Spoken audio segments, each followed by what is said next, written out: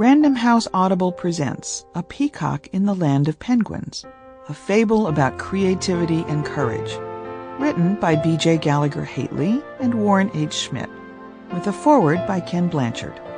My name is B.J. Gallagher Hateley.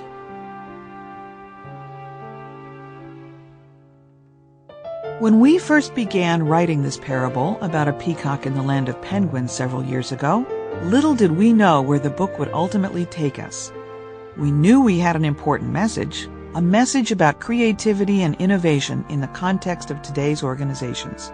And we wanted to express it in a way that would entertain as well as enlighten.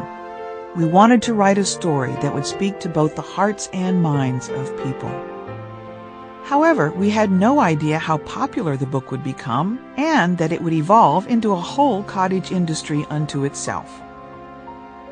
We now have translations into many languages worldwide, a best-selling video that's used in conferences and seminars, assessment instruments for consultants and trainers, and a whole world of merchandising: t-shirts, coffee mugs, feather pens, penguin stress toys, and much more.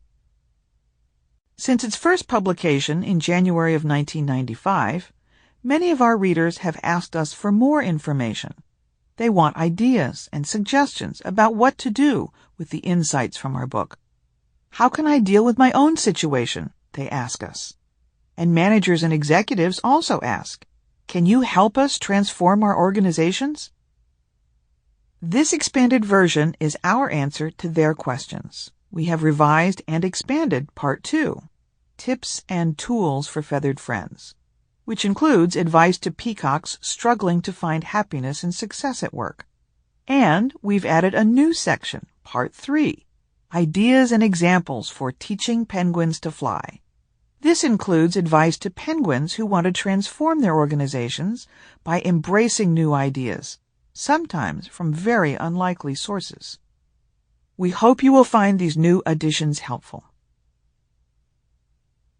Foreword by Ken Blanchard, co-author of The 1 Minute Manager. Every once in a while, a small book comes along that deals with a profound subject in a simple, elegant way. A Peacock in the Land of Penguins is such a book. I loved this book when the first edition came out in 1995, and I love this new edition even more. It provides important insights into the issue of creativity and innovation in the workplace, and it does so in a most engaging manner. Through the medium of a fable, this book helps us to see what can happen when we try to express ourselves fully and courageously in an environment created by executives and managers who view the world very differently. Stories are a great way to convey important messages. They inspire and teach at the same time. People forget facts, figures, and theories, but they remember stories. People who know me can tell you how I often use stories in my own conversations, in my speeches, and in my daily life. I love to write great stories, and I love to read great stories. This is the story of Perry the Peacock, a bright, talented, colorful bird who comes to live in the land of penguins. He soon runs into problems because the penguins have established a chilly organizational climate that is formal, bureaucratic, and governed by a vast array of written and unwritten rules. Although his talent is recognized, his different and unusual style makes the penguins feel uneasy. The very thing he was recruited for, his distinctive flair and creativity, is now viewed as a problem by the penguins once Perry is inside the organization. His experience reflects that of birds of different feathers in many of today's organizations. Executives and managers say they want new ideas and new thinking from their employees, but their actions indicate otherwise. New ideas are disruptive, they're messy, they challenge the status quo, they require taking chances and increased risk, and they push everyone out of their comfort zones. So people who are different, people with new views on how to make the organization successful, are often discouraged from expressing them, much to the detriment of both the individual and the organization. This delightful corporate fable follows the adventures of Perry the Peacock and other exotic birds as they try to make their way in the land of penguins. Their story is both entertaining and enlightening. This is a tale of the perils and possibilities of being unique and creative in a world that values comfort, safety, and the predictability of conformity. If you're interested in new ideas for making yourself and your organization successful, this story is for you. Creating a workplace where creativity and innovation can flourish is a top priority for managers and employees alike. There are important insights here for all of us. Part 1. The Story. There once was a time in the not-so-distant past when penguins ruled many lands in the sea of organizations. These penguins were not always wise. They were not always popular, but they were always in charge. Most organizations looked the same. Top executives and managers wore their distinctive penguin suits, while worker birds of many kinds wore colors and outfits that reflected their work and their lifestyles. Birds who aspired to move up in their organizations were encouraged to become as penguin-like as possible, to shorten their steps and learn the penguin stride, to wear penguin suits and follow the example of their leaders. Employee development departments offered extensive training programs on appropriate penguin-like behavior. The rules and norms were clear from day one. Penguins advised in subtle and not-so-subtle ways.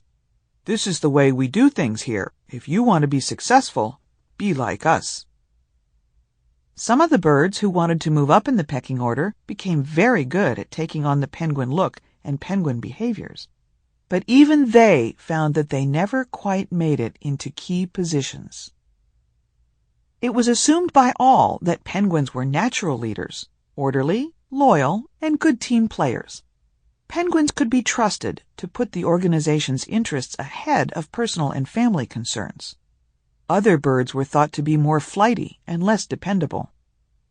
Of course, this was never stated out loud or in writing, because, like every organization, penguins wanted to be seen as fair-minded and ready to promote on the basis of talent, hard work, and contribution. But everyone really knew the penguins had always been in charge, and the penguins would always be in charge. The elder penguins would take younger penguins under their wings and coach them on how to be successful. They would invite them to play golf and go jogging. They would sit together in the executive dining room and talk about sports. It was clear to everyone who the important penguins were. It was also clear that the penguins felt most comfortable around each other. Life was harmonious in the land of penguins, as long as everyone played by the penguins' rules. The other birds in the organization knew how to act to make the penguins feel comfortable and secure. But there came a time when things began to change in the land of penguins. Senior penguins would visit other lands where they encountered interesting birds who impressed them with their management talent, experience, and accomplishments. These birds are not penguins, the elders thought, but perhaps they could become penguins if we brought them to our land and trained them in our penguin ways. Surely these impressive and unusual birds could adapt to life in the land of penguins, and the talent they bring would make us even more successful. Our climate is different, chilly and cold, and our terrain is unique, icy and barren.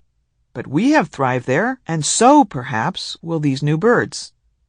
If they are as smart as we think they are, they can adjust to our weather and our ways. And this is how Perry the Peacock came to live in the land of penguins. Now, Perry was clearly not a penguin. In fact, he was the antithesis of penguinity. Perry was a peacock, a bright, colorful, and noisy bird. Perry was a very talented peacock who had accomplished some very impressive things in his own land. He could write well and was excellent at managing his budgets. He was creative and imaginative, and at the same time practical and sensible. He had many. Sample complete. Ready to continue?